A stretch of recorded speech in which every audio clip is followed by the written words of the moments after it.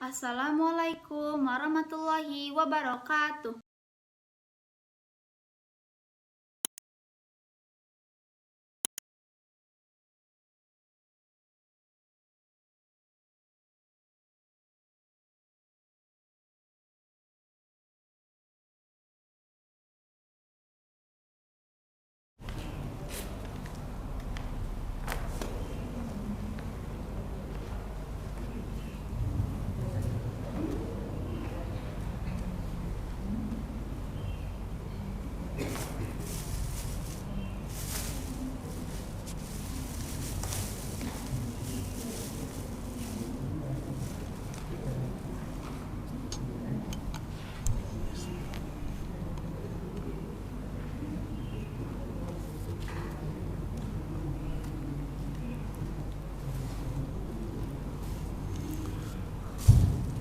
Bismillahirrahmanirrahim. Ya Rabbi bil Mustafa balligh maqasidana waghfir lana ma madha ya wasi'al karami. Ya Rabbi bil Mustafa balligh maqasidana waghfir lana ma madha ya wasi'al karami.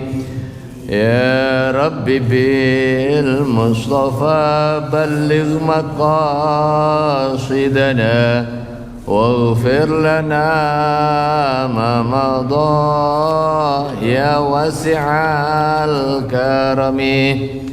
Bismillahirrahmanirrahim. Assalamualaikum warahmatullahi wabarakatuh. Bismillahirrahmanirrahim. Alhamdulillahirabbil alamin. Wassalatu wassalamu ala asyrafil anbiya'i wal mursalin wa ala alihi wa ashabihi ajma'in. Rabbi shrah li sadri wa yassir li amri wa hlul 'uqdatam min lisani yafqahu qawli wa ba'du. Hadratul karamin, jamaah salat subuh rahimakumullah. Alhamdulillah, puji syukur kepada Allah Subhanahu wa taala atas nikmat dan karunia yang dikaruniakan kepada kita semuanya. Dan bagian dari rasa syukur itu ya kita menjalankan seluruh perintah, seluruh kewajiban dan menjauhi larangan. Salah satu yang perlu kita syukuri masih dalam kondisi kebugaran dan keringanan kaki untuk bisa sampai ke masjid ini, dan setelah sholat jamaah bisa kita lanjutkan silaturahim muzakarah.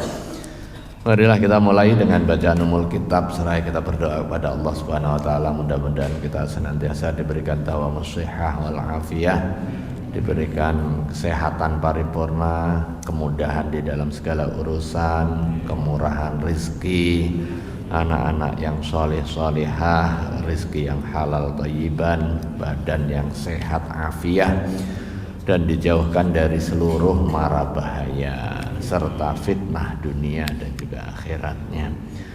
Ala hadiniyah wa ala kulli niyatin salihah wa ila hadratin nabiyil mustafa sallallahu alaihi wasallam. Syai'un lillahi lahumul fatihah. A'udzu billahi minasy syaithanir rajim. Bismillahirrahmanirrahim. Alhamdulillahi rabbil alamin. Ar-Rahmanir Rahim. Maliki yaumiddin. Iyyaka na'budu wa iyyaka nasta'in. Ihdinas siratal mustaqim. Shiratal ladzina an'amta 'alaihim ghairil maghdubi 'alaihim waladdallin. Amin. Kita lanjutkan pengajian kita, masih al-ahwal asy-syakhsiyah, pasal tentang susuan ya, kemarin terakhir faslun fir radha'i. Qala al-muallif rahimahullahu ta'ala wa nafa'ana bi ulumihi. Faslun fir radha'i idza arda'atil mar'atu bila baniha waladan shara ar-radhi'u waladaha bisyartaini. Apabila perempuan itu menyusui dengan susu dia seorang anak, maka akan terikat hubungan sesusuan dengan dua syarat. Ahaduhuma ayyakuna lahu dunal haulaini. Si bayi yang disusui di bawah 2 tahun. Jadi nggak boleh kalau bayinya 17 tahun disusui, itu nggak berdampak, yang ada dosa gitu. Kecuali suaminya. Kalau suami disusuin kemudian berdampak jadi mahram, jadi nggak boleh dinikahi. Ya, itu. Wasani anturdi'ahu khamsa radha'atin mutafarriqat. Yang kedua, menyusunya itu 5 kali terpisah. Nah, nanti dijelaskan bagaimana tata caranya. Nah, ini 2 syarat. Anturdi'a khamsa radha'atin mutafarriqat. 5 sesusuan yang terpisah. Karena itu di dalam riwayat hadis yang diriwayatkan oleh Imam Muslim disebutkan la tuharrimul massatu walal massatan wala rad'atu wala rad'atan. Tidak menyebabkan haramnya hubungan, tidak menyebabkan hubungan kemahraman jika proses sesusuan itu hanya sedikit, intinya sedikit, tidak sampai mengenyangkan. Jadi di samping soal syarat usia, ada syarat frekuensi dan juga volume. Frekuensi dari sisi jumlah berapa kalinya, volume itu dari sisi kadarnya yang dia mengenyangkan.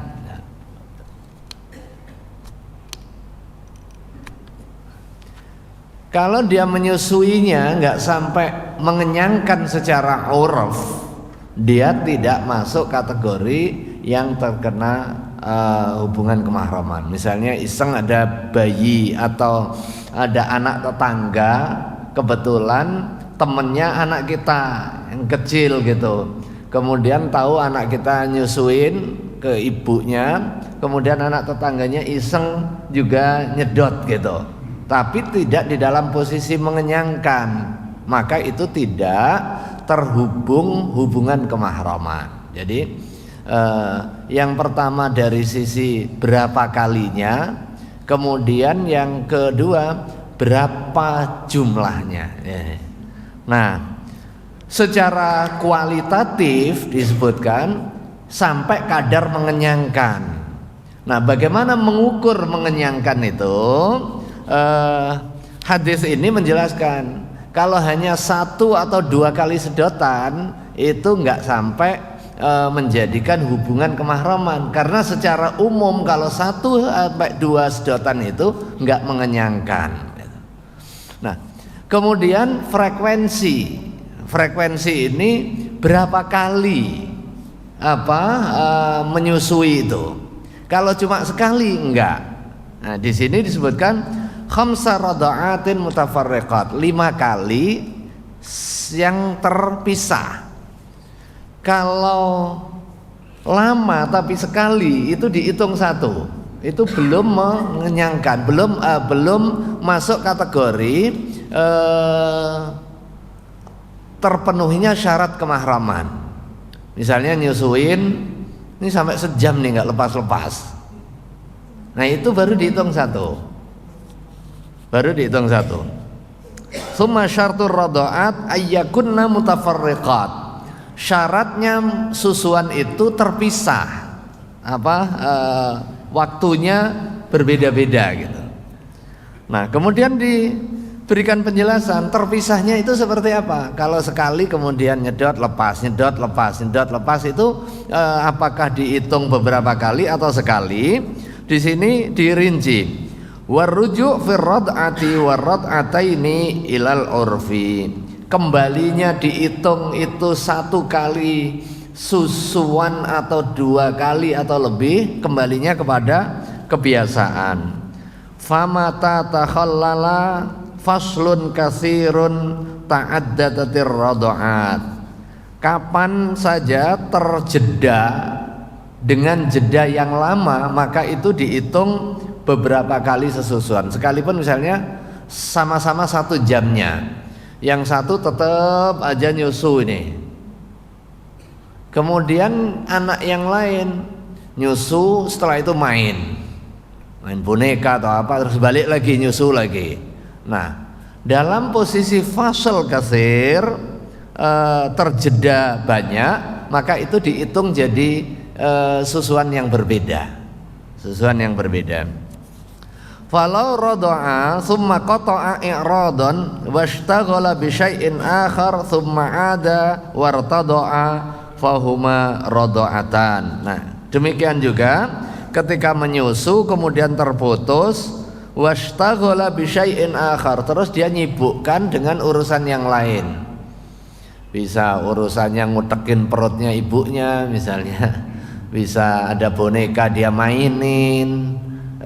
Baru kemudian dia mengulang susuan, itu dihitung jumlah yang berbeda. Walau qata'at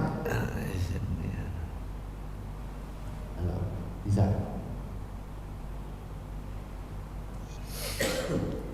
Walau rado'a thumma qata'a i'radan washtaghala bi syai'in akhar thumma 'ada wartada'a fa huma rado'atan.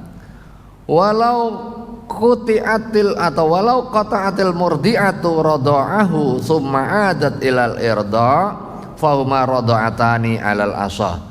Demikian juga kalau yang menginisiasi itu ibunya.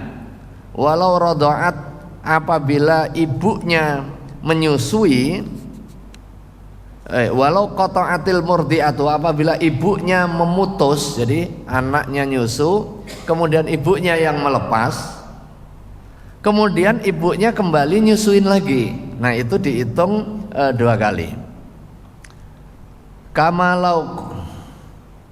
Kamalau qata'a asabi, sebagaimana juga posisinya yang memutus itu adalah anaknya. Ini sama, persoalan inisiasi itu dari ibunya atau dari anaknya. Jika terputus, terjeda dalam jeda yang secara umum itu difahami itu terpisah, maka itu menjadi 2 kali susuan. Wala yahsulu ta'addudu bi an yalfudha shaghir as-sadya thumma ya'udu ilal tiqamihi fil hal. Tapi enggak berlaku dihitung 2 kalau terlepas, misalnya entah itu karena bernapas kemudian lepas masuk lagi, atau bisa karena mengubah posisi dari posisi kanan ke posisi kiri kemudian dia nyedot lagi, maka itu juga tidak dihitung terpisah. Wala bi an yatahawwala min sadyin ila akhar, enggak juga dihitung terpisah, misalnya habis nyedot kanan terus pindah ke kiri, itu enggak dihitung, ya tetap jadi 1. Au tahawwalahu al-murdi'atu linafadima fil awwal, atau ibunya yang inisiasi mindah karena kantong susu kirinya udah habis misalnya, terus pindah ke kanan. Wala bi an yalhuwa anil imtisas, dan enggak juga menyebabkan kemahraman, dia ngelepas itu karena ayal huwa anil imtisas, main-main aja nyedotnya. Wala bi an yaqta'alit tanafus, dan enggak juga menyebabkan nambahnya frekuensi yang menyebabkan kemahraman. Bi an yaqta'alin tanafus, memutus, melepas untuk kepentingan bernafas. Wala bi takhalluli an-naumati al-khafifah, dan enggak juga dihitung karena ada jeda ketiduran sebentar. Kan mungkin anak lagi nikmat-nikmatnya nyusu terus ketiduran, lepas terus nyusu lagi gitu ya. Biasanya begitu ya Pak Noto dulu, masih ingat enggak? Tiduran lepas terus begitu bangun masuk nyari lagi. Wala bi an taqumal murdi'atu wa tashtagil bi syughlin khafif, enggak juga dihitung misalnya karena ada manasin airnya kok sudah mendidih, dilepas dulu, setelah itu karena ada hajat ini kemudian nyusuin lagi. Summa ta'udu ilal irda. Fa kullu dzalika, kondisi semuanya tadi itu rad'atun wahidatun, dianggap 1 kali susuan. Nah, far'un arda'at saghiran wa syakat hal arda'atu khamsan am aqal. Kalau ada seseorang perempuan menyusui anak kecil, dia lupa atau ragu apakah dia nyusuinya lebih 5 kali atau enggak.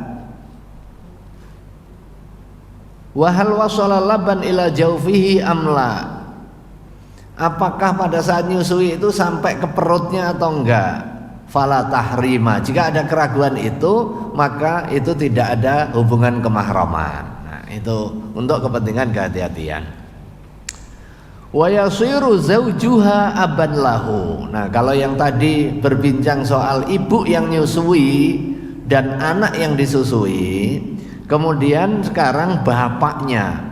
Wa yasiru zaujuha, maka setelah ada proses persusuan ibu dengan anak orang lain nih, wa yasiru, maka menjadi zaujuha suami yang menyusui, suami dari ibu yang nyusui tadi, wa zaujuha aban lahu, menjadi bapaknya terhadap anak yang nyusui. Jadi bapaknya pun juga terikat hubungan kemahraman, bukan hanya sekedar ibu yang nyusui kepada anak. Kalau ibu nyusuin kepada anak perempuan kan memang dari awal nggak boleh menikah, wong sesama perempuan gitu kan.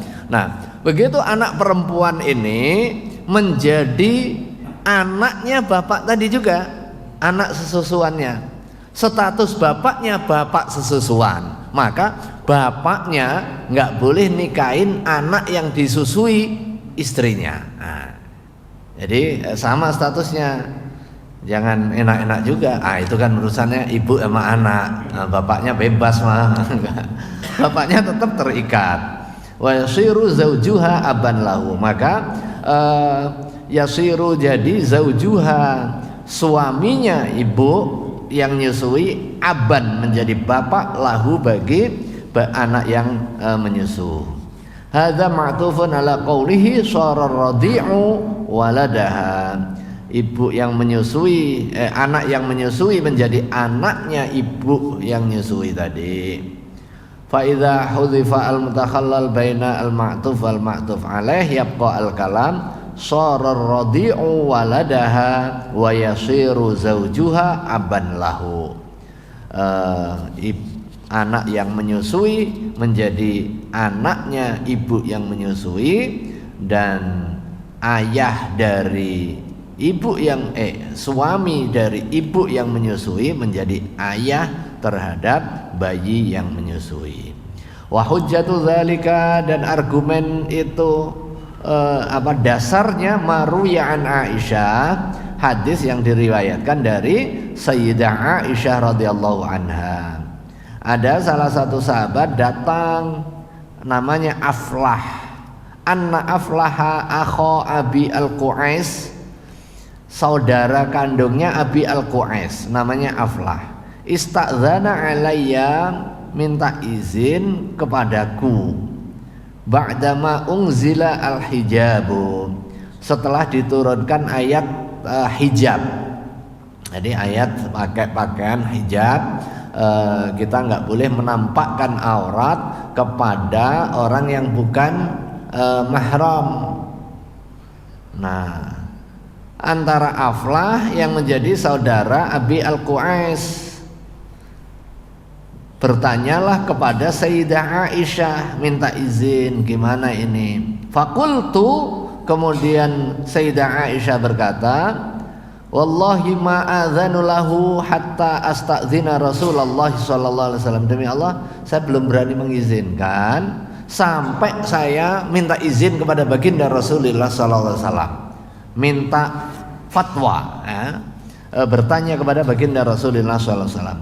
Fa inna akha Abi Al-Qu'ais, karena sesungguhnya saudaranya Abi Al-Qu'ais tadi Aflah, laisa huwa arda'ani. Nah, ini penjelasannya.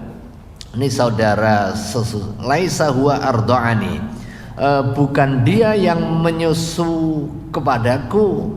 Nah, innama arda'atni imra'atu Abi Al-Qu'ais. Akan tetapi yang menyusui adalah istrinya Abi Al-Qu'ais. Jadi istrinya Abi Al-Qu'ais menyusui dia. Fadakhala Rasulullah sallallahu alaihi wasallam, kemudian menghadap Rasulullah sallallahu alaihi wasallam. Fakultu, kemudian saya memberi penjelasan. Ya Rasulullah, wahai Rasulullah sallallahu alaihi wasallam, innar rajula, ada seseorang, laisa huwa arda'ani, dia tidak menyusui, wa innama arda'atni imra'atuhu, tetapi yang menyusukanku adalah istrinya dia. Faqala alaihi salatu wassalam, kemudian Rasulullah sallallahu alaihi wasallam bersabda, memberikan jawaban, idzanni lahu, berilah izin kepadanya, fa innahu ammuka, karena sesungguhnya dia itu menjadi pamanmu. Jadi terikat hubungan kemahraman itu bukan hanya sekedar orang yang menyusui, tetapi juga orang yang terikat nasabnya. Jadi saudaranya tadi juga kena gitu, saudara kandungnya tadi setelah bapak, kemudian saudara kandungnya. Taribat yaminuk. Jadi hubungan kemahraman jadinya. Nah, kalau hubungan kemahraman, haknya bukan hanya sekedar urusannya, hak keperdataannya bukan hanya sekedar nggak boleh dinikahi, tetapi juga berlaku hubungan kemahraman seperti soal aurat dan sejenisnya. Qala Urwah, falidzalika kanat Aisyah radhiyallahu taala anha taqulu harrimu minar radha'ati amma ma yahrumu minan nasabi. Rawahu al-Bukhari wa Muslim. Hadis lain diriwayatkan dari Sayyidah Aisyah, harrimu minar radha'ati, tetapkan hubungan kemahraman, minar radha'ati, dari sesusuan, ma yahrumu, apa saja yang haram atau yang terikat hubungan kemahraman, minan nasabi, dari hubungan nasab. Jadi yang tersambung hubungan kemahraman karena nasab, maka itu juga tersambung kemahraman karena hubungan susuan. Kalau keponakan kalau misanan ya enggak, sekalipun hubungannya kan dekat. Misanan itu hubungannya kan sangat dekat ya, anaknya paman, apalagi biasanya masih di rumah besar, rumah gadang gitu, satu rumah mungkin saja. Tetapi misanan itu sekalipun dekat di dalam hubungan nasab, tetapi dia sudah enggak mahram. Maka kalau dia tidak mahram di dalam konteks nasab, maka juga tidak mahram dalam konteks radha'ah. Misalnya si suami punya istri, suami punya kakak, istrinya suami yang tadi nyusuin anak orang lain, maka terikatlah hubungan radha'ah. Nah, karena kakak adik itu adalah nasab, jadi kakak adik itu terikat hubungan nasab yang mahram, maka ketika ada istrinya adik menyusui seseorang, maka anaknya yang disusui istrinya adiknya itu juga terkoneksi hubungan kemahraman.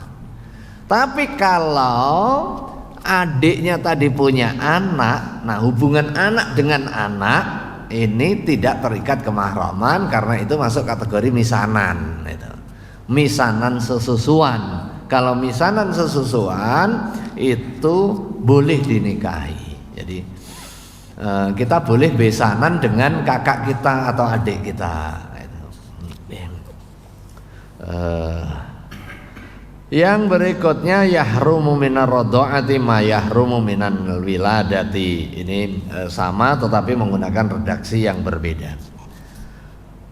Yang berikutnya, wa yahrumu 'alal murdi'i at-tazwiju ila man nasabaha. Wa yahrumu dan haram 'alal murdi'i atas yang menyusui, at-tazwiju menikahkan ila man nasabaha kepada orang yang memiliki hubungan kenasaban, yang dinasabkan dengan rodok tadi.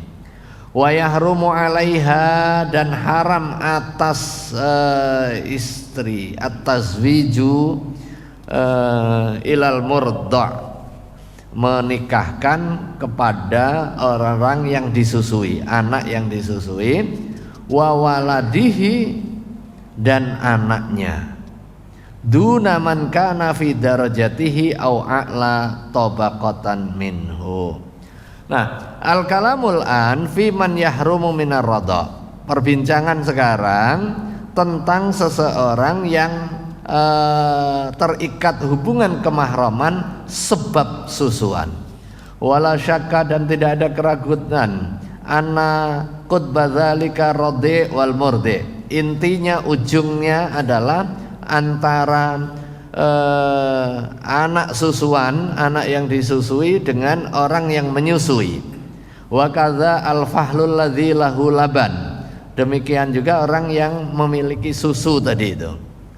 Summa tantashirul hurmah minhum ila ghairihim. Kemudian nyebar hubungan kemahraman itu kepada yang lain. Jadi punjernya itu adalah ibu yang nyusui dengan anak yang disusui. Ini punjernya. Nah, setelah peristiwa ini terjadi, maka hubungan langsungnya adalah terjadi kemahraman antara yang menyusui dengan yang disusui. Jika peristiwa ini benar, kemudian syaratnya terpenuhi, maka ada konsekuensi hukum yang melekat. Nah, tambahannya menyebar ke orang-orang yang terkoneksi ini. Si anak yang disusui misalnya punya ibu asli, maka terikat juga hubungannya gitu. Si anak yang disusui punya saudara kandung, maka dia terikat. Nah, ini yang tasyir. Sumatan tasyir kemudian nyebar al hurmatu hubungan kemahraman minhum ila ghairihim dari antara yang menyusui dengan yang disusui kepada yang lain. Fayahrumu alal murda', maka haram atas orang yang disusui bi fathid dha an yatazawwaja untuk menikah biman nasaba al murdi'a dengan orang yang memiliki nasab kepada orang yang menyusui. Ai min manin tasaba ilaiha, orang yang dinasabkan dengannya, bin nasabi, orang yang terkoneksi dengan hubungan nasab. Au birradha wa baladihi wa insafula, atau dengan hubungan susuan dan juga anaknya, wa insafula, sekalipun ke bawah, anak kemudian cucu, cicit, itu terkena semuanya. Jadi kalau misanan nyamping dekat sekali. Kalau hubungan ke bawah sekalipun jauh itu tetap nggak boleh. Jadi ada punjernya ini bapak ibu, kemudian punya anak, anaknya punya anak lagi, anaknya punya anak lagi, itu masih terikat. Hubungannya adalah hubungan bunuwah wa insafula, sekalipun ke bawah. Demikian juga kalau ke atas, hubungannya adalah ubuwah, hubungan ke atas. Ini dengan bapaknya, kemudian dengan kakeknya, dengan kakek-kakeknya gitu. Itu masih tersambung. Hubungannya adalah hubungan ubuwah. Ini terkait dengan susuan. Kalau ada pertanyaan nanti saja. Sekarang masuk bab nafkah. Faslun wa nafaqatul ahli wajibatun lil walidina wal mauludina. Fa ammal waliduna fatajibu nafaqatuhum bi syartaini. Syarat yang pertama al-faqri waz zamanati atau al-faqru waz zamanatu wal faqri wal jununi wa ammal mauluduna fatajibu nafaqatuhum bisyurut al-faqru was sigharu atau al-faqri was sighari wal faqri waz zamanati wal faqri wal junun. Fasal wa nafaqatul ahli dan pemberian nafkah kepada keluarga wajibatun hukumnya wajib lil walidaini menjadi haknya orang tua wal mauludina dan anak. Jadi ada kewajiban memberikan nafkah kepada keluarga. Siapa saja? Kepada anak dan kepada orang tua. No, gimana?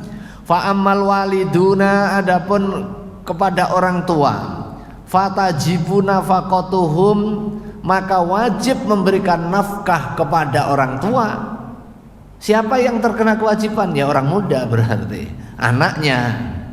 Bisyarto ini dengan dua syarat. Al-faqri, orang tuanya fakir, nggak punya cukup rezeki untuk kepentingan kebutuhan hidupnya. Wazamanati dan sudah senior, nggak ada kerja, udah sepuh.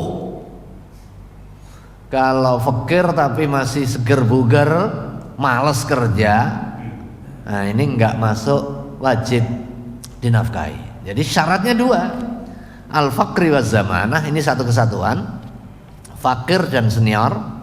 Yang kedua wal faqri wal junun, fakir dan hilang akal.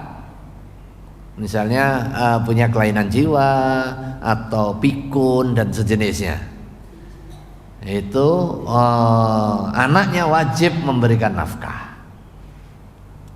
Wa ammal mauluduna adapun anak fatajibu nafaqatuhum maka wajib memperoleh nafkah dari siapa? Ya dari orang tuanya. Bisyurut dengan beberapa syarat. Yang pertama al-faqri was-sighari, fakir dan kecil. Kecil itu belum laik kerja, belum angkatan kerja. Nggak boleh juga anak dipaksa untuk bekerja, untuk menghidupi dirinya. Nggak. Itu kewajiban orang tuanya memberikan nafkah. Nah kalau masih usia anak ya usia belajar, yang justru menjadi kewajiban orang tua untuk membiayainya. Jadi nafkah itu bukan hanya sekedar uang jajan, tetapi seluruh hak yang melekat kepada anak yang kemudian menjadi tanggung jawabnya orang tua.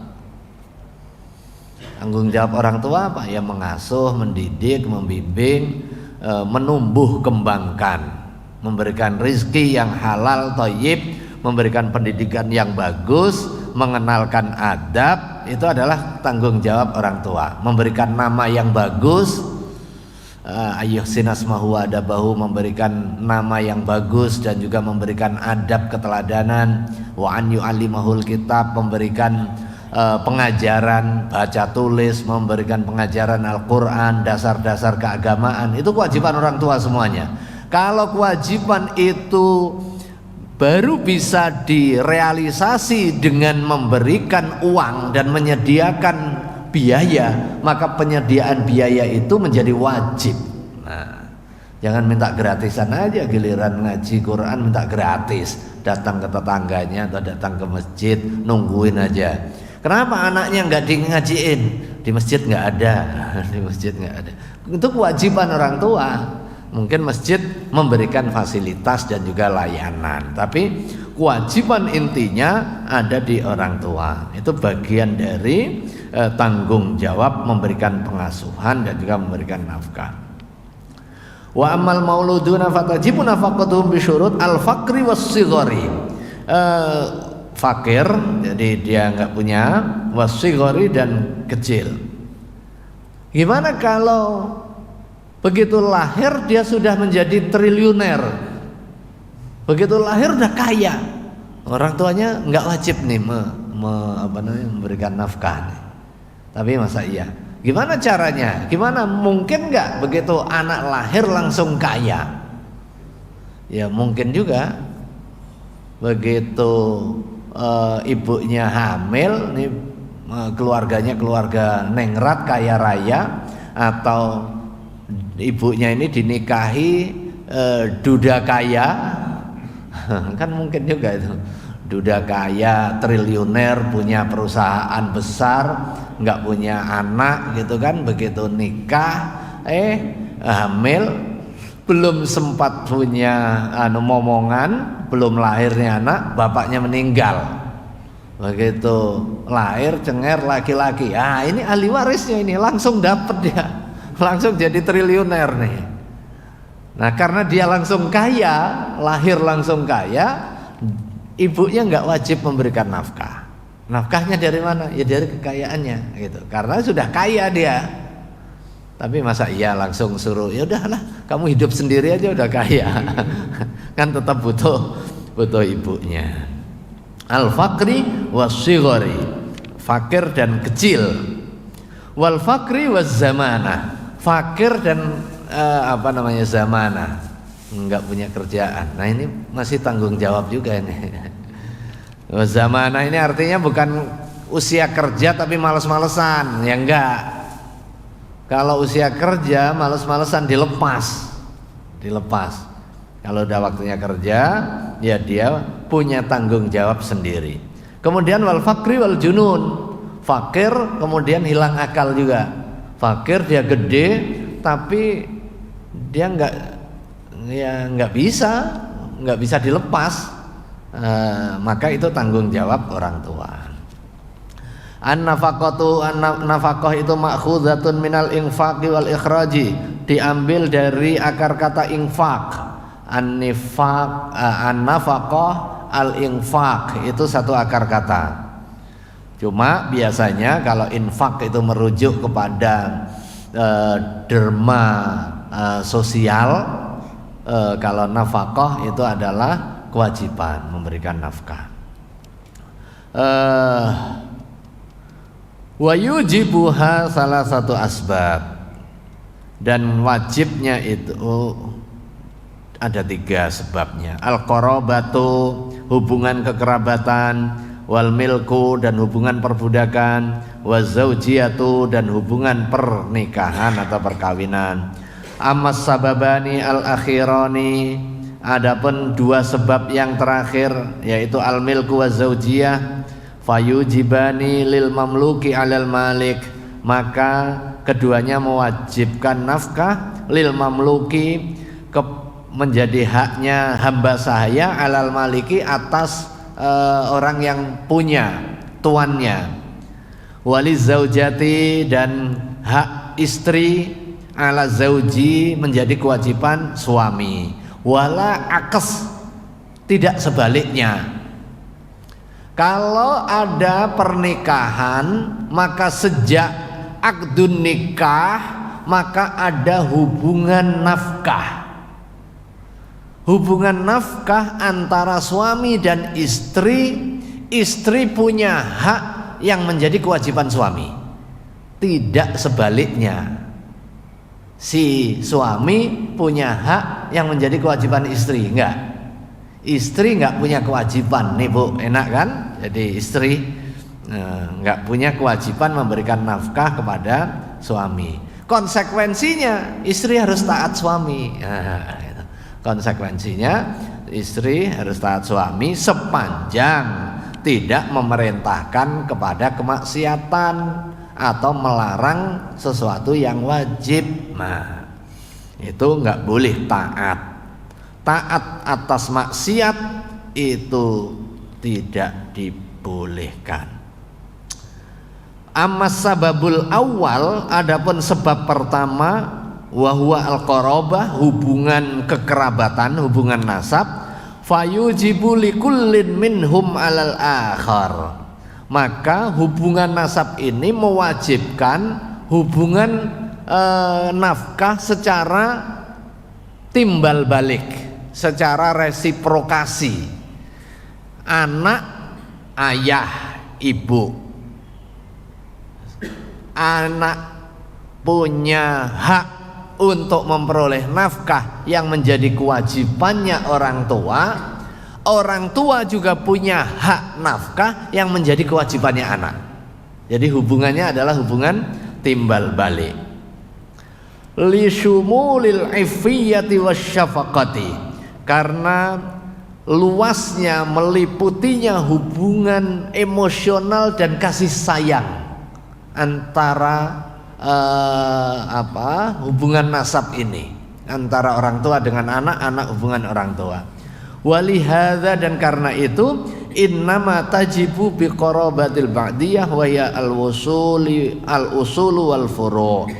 Karena itu yang terkait kewajiban nafkah sebab qarabah itu adalah qarabatil ba'diyah wa ya al-usul wal furu', yaitu hubungan usul dan hubungan furu', tidak hubungan samping.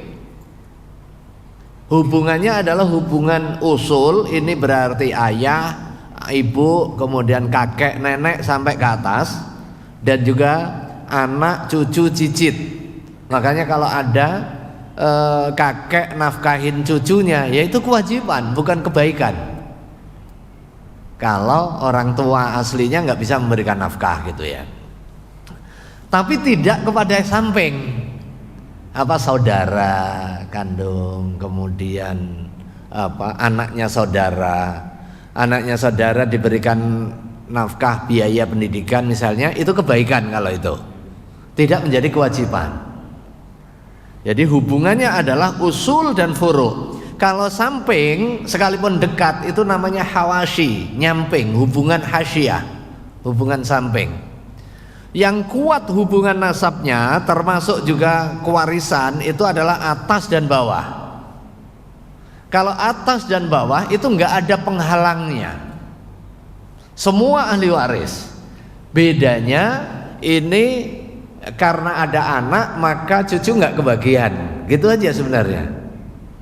Jadi tapi sampai bawah, kalau toh ada generasi ketujuh masih hidup, itu ahli waris. Demikian juga bapak, kakek sampai ujung itu ahli waris. Cuma karena ada anak maka cucu terhalang. Nah ini posisinya, tapi dia tetap ahli waris. Kalau samping itu ahli warisnya terbatas. Itu pun belakangan. Kalau dapat biasanya. Kalau ada anak, samping itu udah pasti nggak dapat, karena hubungannya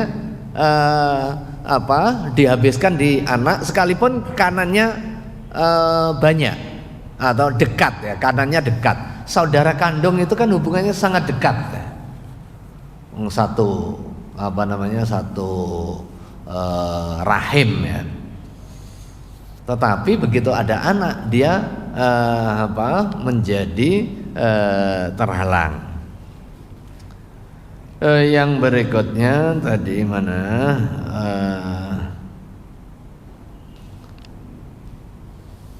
Wahya al-usul wal furu'. Fayajibu lil walidi, maka wajib menjadi hak orang tua alal waladi atas anak, wa in ala, sekalipun orang tuanya terus ke atas. Jadi kakek nenek tadi, kemudian buyut gitu.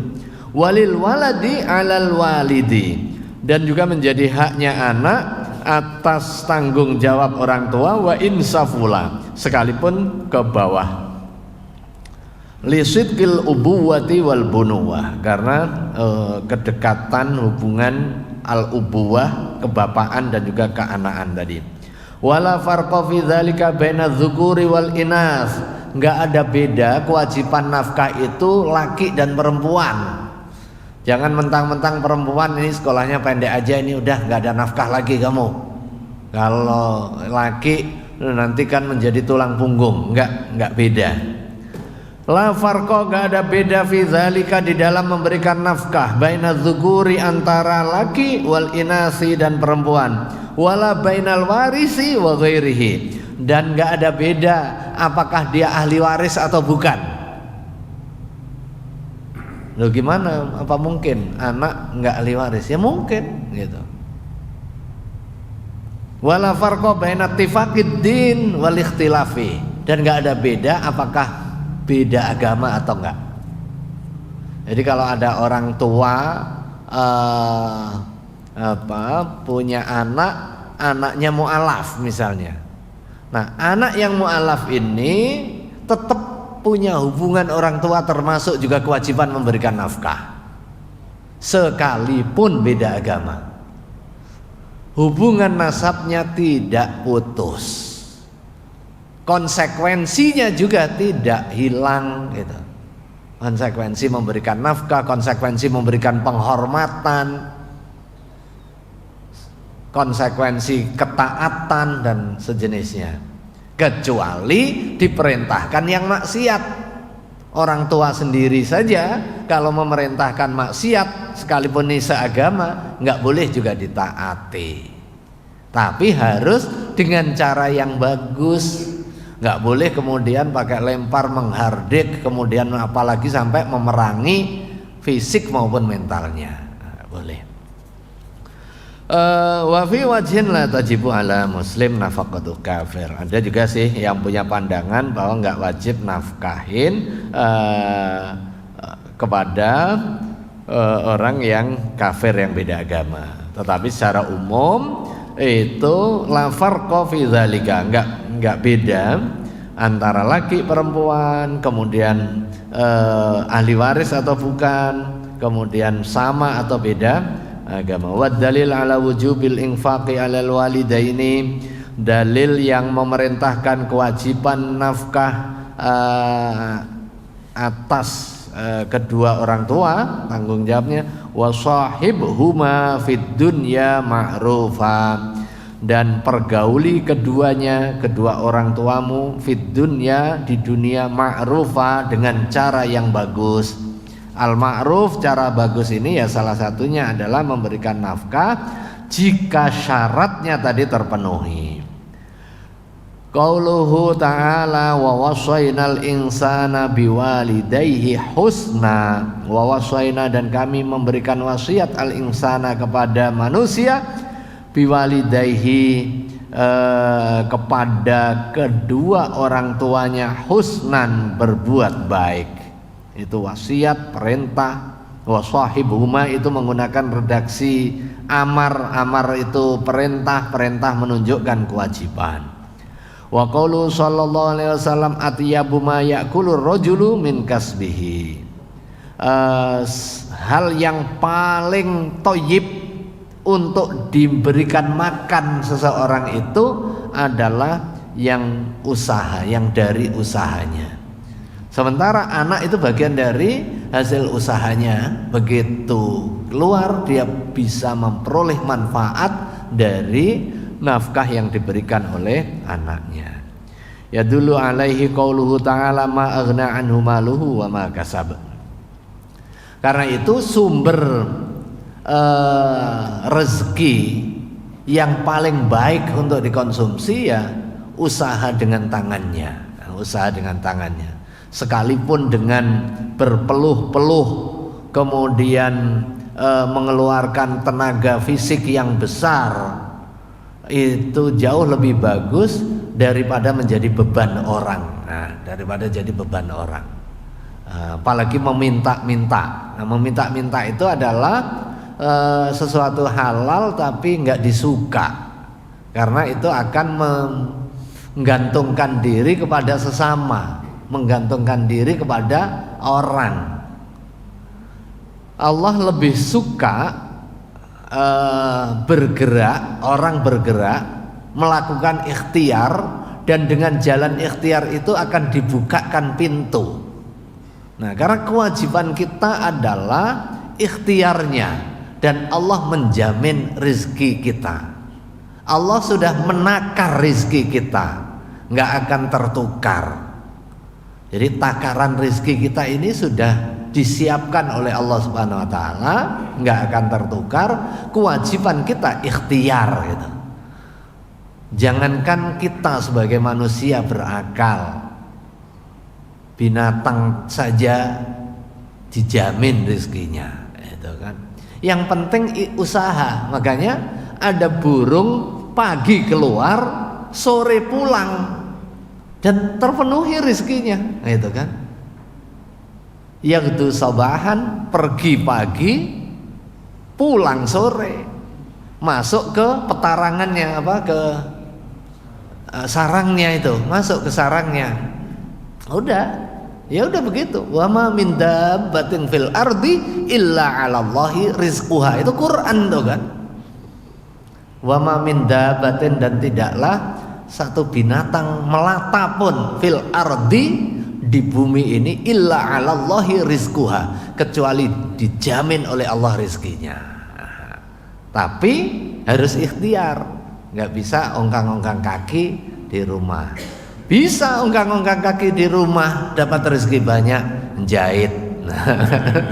Itu ongkang-ongkang kaki, cuma gerak-gerakin kaki aja itu dapat uang banyak. Tapi jahit bukan ongkang-ongkang kaki, ngopi aja sambil ngobrol main handphone, ya itu nggak ada. Atau pasang yang boneka kayak Cina itu apa?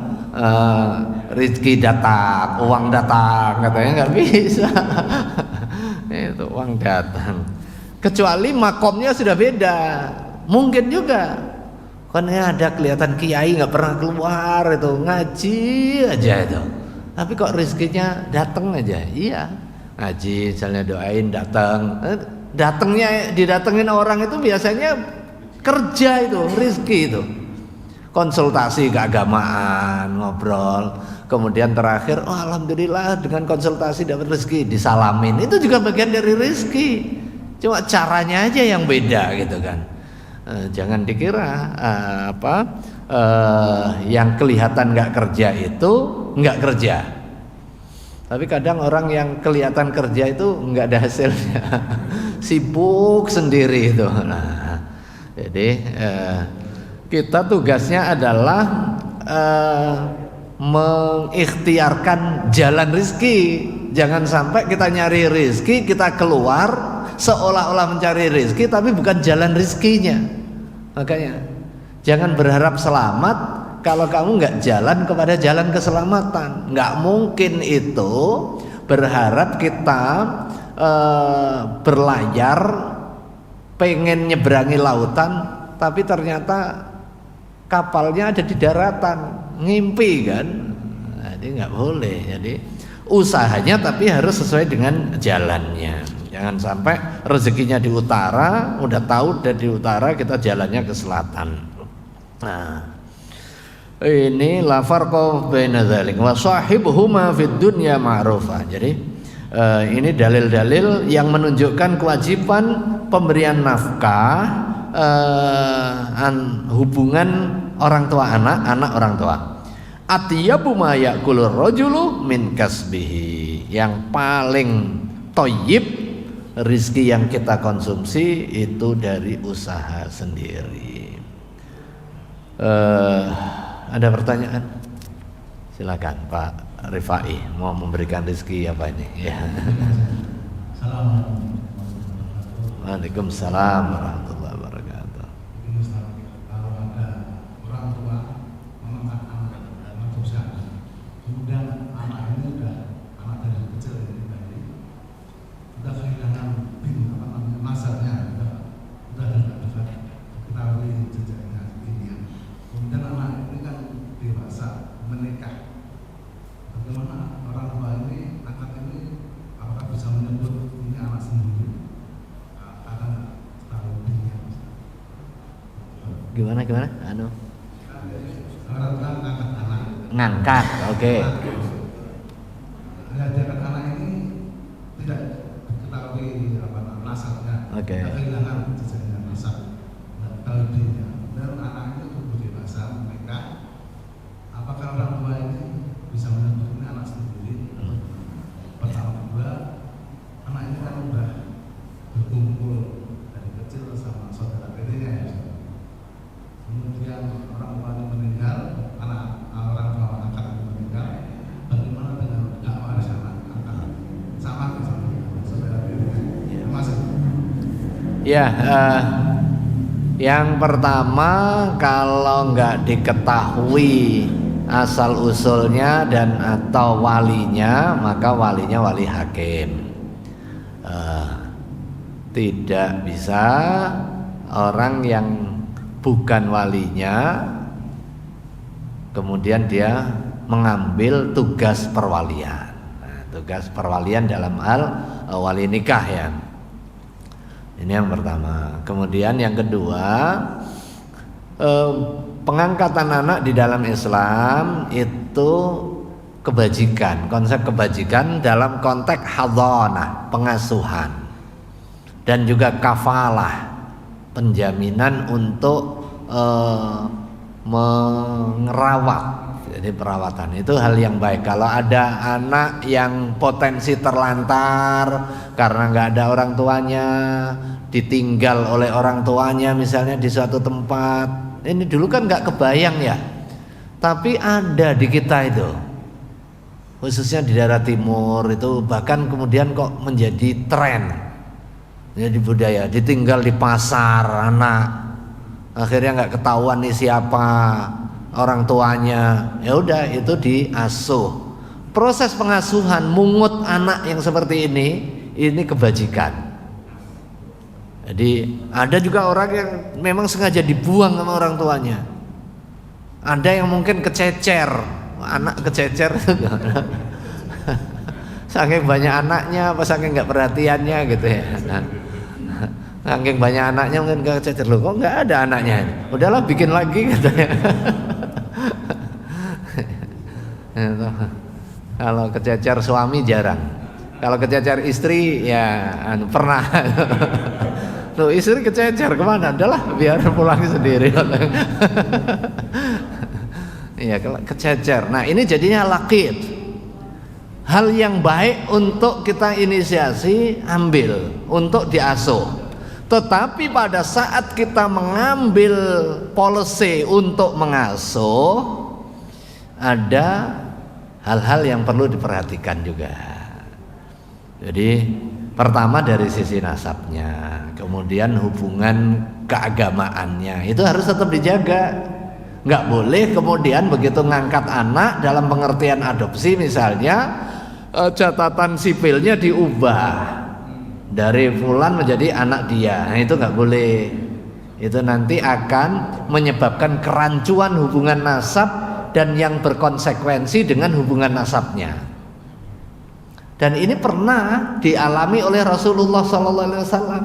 Ngangkat anak namanya Zaid dibuat bin Muhammad, langsung ditegur oleh Allah Subhanahu Wa Taala. Nah proses peneguran ini bukan karena Rasulullah salah ya, kemudian menjadi pembelajaran ibrah bagi kita. Dia dikembalikan binnya kepada orang tua aslinya, tanpa harus mengubah hubungan hananah kepada anak tadi. Hak dan kewajibannya tetap dipenuhi, cuma jangan dikamuflasekan, jangan diubah statusnya, kira-kira begitu. Tidak mengurangi sedikit pun apa yang sudah berlaku. Hubungan baiknya, anak punya ketaatan kepada orang tuanya, orang tua memberikan macam-macam pengasuhan, pendidikan, dipersaudarakan dengan yang lain, itu tetap. Nah begitu meninggal seperti apa? Nah karena sudah terjadi hubungan tadi, ada jalan keluar. Dalam hal memberikan nafkah ya oke, ini ada imbal balik, ada timbal baliknya, asas resiprokasi. Tetapi kalau kewarisan, sebab hubungan kewarisan itu kan hubungan yang tadi disebutkan ada 3 setidaknya. Hubungan perbudakan tadi, kemudian hubungan perkawinan, hubungan nasab. Ini yang menyebabkan terjadinya kewarisan. Kalau ini nggak ada sebab 3 ini, ya berarti nggak ada hubungan kewarisannya, gitu. Tapi ada jalan keluarnya di dalam fikih. Jalan keluarnya disebut sebagai wasiat wajibah, melalui wasiat pintunya. Esensinya apa? Esensinya adalah memberikan jaminan keadilan nafkah. Tapi pintunya harus pas, kira-kira begitu. Pintunya nggak perlu harus dipaksa dengan mengubah struktur kewarisan sehingga menabrak aturan. Dibuatkan pintu dan dicari pintu untuk memperoleh esensi yang dituju. Esensi yang ditujunya adalah keadilan. Ini dapat melewat apa? Pintu wasiat wajibah, lewat wasiat. Kalau toh nggak ada wasiat, dianggap ada wasiat. Jadi lewat pintunya pintu wasiat. Sama halnya begini. Ketika ada orang membutuhkan bantuan karena miskin atau karena kena bencana dan sejenisnya. Nah, mungkin masjid hadir nih, memberikan lagi distribusi zakat misalnya. Zakat. Oh, ini non muslim nggak dibagi zakatnya. Oh, ini nggak boleh dong, itu diskriminatif. Masa hanya karena agama kemudian sisi kemanusiaannya dihilangkan, nggak mau bantu karena dia non muslim gitu. Bukan begitu caranya. Bukan kemudian dengan cara nabrak, ya sudah zakat diserahkan kepada non muslim. Karena zakat ada ketentuannya. Tetapi pintu untuk kepentingan charity itu tidak hanya zakat di dalam Islam itu. Ada zakat, ada wakaf, ada infak, ada sedekah, ada hibah, ada hadiah, macam-macam tuh. Masing-masing punya karakteristiknya. Jangan pintu zakat digunakan untuk kepentingan karakteristik wakaf. Misalnya zakat, ada orang bayar zakat terus disimpan saja, ditaruh di deposito misalnya, diambil manfaatnya aja. Ya nggak boleh, itu karakteristik wakaf gitu. Kalau wakaf pokoknya harus utuh, hasilnya didaya gunakan untuk kepentingan kemaslahatan. Jangan juga pintu wakaf kemudian karena orang membutuhkan, udahlah kasih sama habis. Ya nggak boleh gitu. Ada pintunya masing-masing. Nah, zakat itu dari mana ke mana? Tu'khadhu min aghniyaihim wa turaddu ala fuqaraihim. Himnya itu kepada siapa? Muslim. Diambil dari orang kayanya muslim, didistribusikan kepada fuqaranya muslim gitu. Diambilnya dari mana? Dari orang kaya muslim. Kalau ada orang kaya sekaya-kayanya pengen zakat tapi dia non muslim, ya dikasih tahu nggak wajib. Jangan mengambil kesempatan juga, mumpung nggak tahu, ambil aja. Boleh juga. Dikasih tahu, begitu dikasih tahu sudah tahu, nggak apa-apa. Saya pokoknya ngasih buat masjid. Ya sudah, kita terima, bergerak dari zakat menjadi infak biasa. Boleh nggak menerima infak dari non muslim? Boleh. Sebagaimana kita memberikan sedekah kepada non muslim, boleh gitu. Nah, makanya pintunya menggunakan pintu yang pas. Jangan dipaksa pintu yang bukan jalannya gitu. Keran air kan macam-macam juga gitu kan. Jangan sampai adanya air teh dipaksa untuk wudhu. Nah, itu kan nggak boleh. Sekalipun suci, terus berargumen orang dibuat minum aja boleh, masa dibuat wudhu nggak boleh? Nah, nggak semua yang dibuat minum boleh itu kemudian dibuat wudhu boleh gitu. Nah, yang itu kan butuh ilmu. Jangan sampai memperkosa memaksakan diri tidak pada tempatnya. Nah, demikian juga tadi waris. Esensinya adalah memberikan perlindungan kepada anak angkat untuk kepentingan proses pendidikannya, untuk kepentingan jaminan nafkahnya dan lain sebagainya, tapi tidak lewat pintu waris. Pintunya tadi itu salah satunya adalah pintu wasiat wajibah. Wallahu a'lam. Ya, silakan.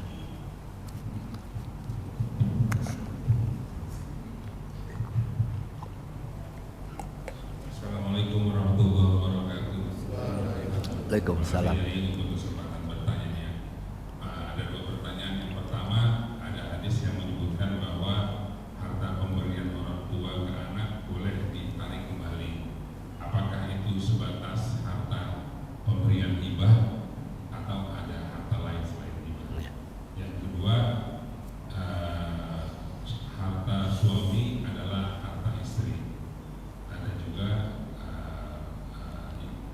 sebaliknya, ada pemahaman dosa istri, dosa suami.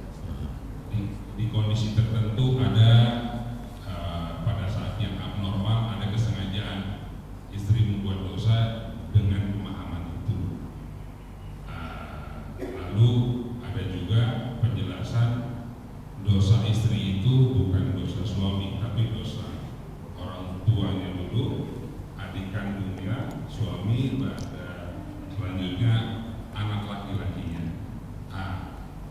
Pemahaman yang benar seperti apa ya? Pertanyaan kedua tadi. Terima kasih. Assalamualaikum warahmatullahi wabarakatuh. Waalaikumsalam warahmatullahi wabarakatuh. Ini banyak nih pertanyaannya, berat lagi. Yang pertama, memang ada hadis yang menyatakan nggak boleh seseorang itu menarik pemberian yang sudah dikeluarkan, kecuali pemberian ayah atau orang tua kepada anaknya. Jadi ketika kita sudah memberikan sesuatu, kita nggak boleh narik lagi. Itu diibaratkan orang setelah meludah ditarik lagi ludahnya. Tapi dikecualikan dari itu pemberian orang tua kepada anaknya. Kenapa? Nah, kenapa? Karena pada hakikatnya anak itu masih otoritas orang tua. Ketika orang tua punya tanggung jawab nafkah, nah tanggung jawab nafkah ini bisa ditentukan kadarnya berapa. Kemudian kalau ada hibah kepada anak, ini bisa ditarik karena pada hakikatnya anak ini berada di dalam kekuasaan orang tua. Sama dengan perusahaan holding gitu, ini kepada anak ini punya saya juga, kira-kira begitu. Punya saya juga, ini masih di dalam lingkungan kita gitu. Punya saya, ya karena ada pertimbangan tertentu ditarik gitu. Itu prinsipnya. Akan tetapi Islam tetap mengakui hak otonom masing-masing. Nah, ini masuk pertanyaan yang kedua. Hak otonom suami, hak otonom istri, hak otonom anak. Islam mengakui hak tamlik, hak kepemilikan yang secara otonom. Kalau anak usaha sendiri kemudian dapat ya uangnya anak, ya bukan uang kita. Demikian juga suami, kalau suami bekerja kemudian punya uang yang terbebas dari hubungan pernikahan, hubungan suami istri, ya punya sendiri gitu. Demikian juga istri.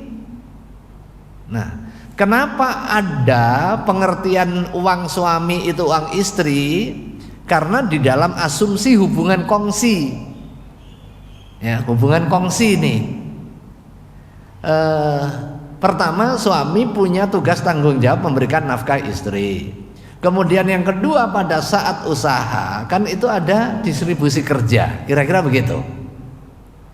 Nah, kecuali memang misalnya suami dapat warisan, istri dapat warisan, kan otonom nih, nggak terkait dan terikat di dalam hubungan suami istri dia. Ini otonom nih, sama sekali otonom nih. Tapi kalau usahanya itu diperoleh saat hubungan suami istri, maka di dalam konsep hubungan keperdataan kita atau undang-undang keperdataan kita ada namanya harta gono gini kan. Kalau di dalam Islam itu harta syirkah sebenarnya. Sekalipun tidak ada kesepakatan secara eksplisit berbagi tugas, yuk kita usaha bareng, saya ngatur rumah tangganya ya, bapak keluar nyari rezekinya. Nah, itu kan ibaratnya seperti itu. Maka begitu dapat keuntungan, ya sudah dibagi, ini harta bareng. Kira-kira begitu anunya, konsepnya. Maka begitu dapat gaji tiap bulan itu, ya ini kan usaha bareng sebenarnya. Oh, saya di rumah ini kan bekerja gitu kan, bekerja ngasuh anak, bekerja membersihkan rumahnya, itu kan pekerjaan juga. Di dalam kongsi itu kan ada dua model. Kongsi yang pertama orang ngasih modal, kemudian yang satu bekerja. Jadi ada investor, ada pengusahanya. Nah ini namanya mudharabah. Satu